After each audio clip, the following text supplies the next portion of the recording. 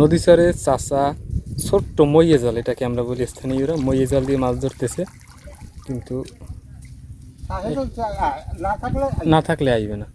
এই যে ছোট ছোট গর্তে চিংড়ি মাছ পাওয়া যায়, বিশেষ করে কাডালি চিংড়ি যেটা আমরা কই স্থানীয় ভাষায় ওইটি। আর হচ্ছে যে পার্শে মাছ, যেটা পালসে মাছ বা এই মাছগুলোই পাওয়া যায়। তবে আজকের মাছ তো কম মনে আছে না? কম, অনেক কম।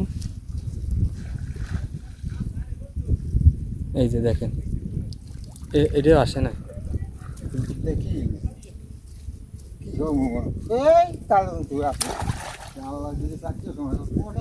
চারটের দিকে যাইবেন,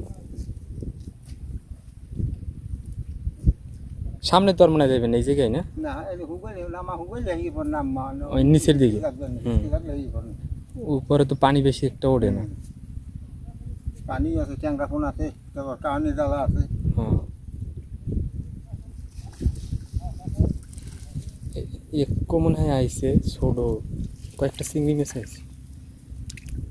মাছের পরিমাণ খুবই কম, এই যে দেখেন মাছ কম, একদম। আর আমরা স্থানীয়রা কিন্তু মাছ আসলে সবাই খাওয়ার জন্যই ধরি দেখে গেছে। তারপর বেশি মাছ পেলে দুইটা বিক্রি করাও যায়। আর আমাদের এদিকে মাছের দাম তুলনামূলক অনেক কম। একটু আগে আমরা আপনাদের দেখাইছি আমাদের স্থানীয় পদ্মা বাজার, খুব সস্তা দামে কিন্তু মাছ বিক্রি হয়েছে। এই যে দেখেন চিংড়ি মাছ, এই চিংড়ির কেজি 800 টাকা বেশি, 800 টাকা বেশি, 700 টাকা, 700 টাকা তো কম বেশি, 800 টাকাই বেশি বেশি।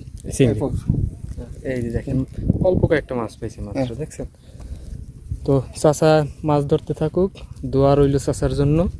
আমরা সামনের দিকে যাইতেছি। ভালো থাকেন চাচা, ভালো থাকেন। আসসালামু আলাইকুম। সুন্দরবনের এই যে খালের ভিতর থেকে ছোট্ট একটা মাছ ধরার ট্রলার বা নৌকা আসলো মাছ ধরার উদ্দেশ্যে। এখন গভীর সমুদ্রে যাবে। এই যে দেখেন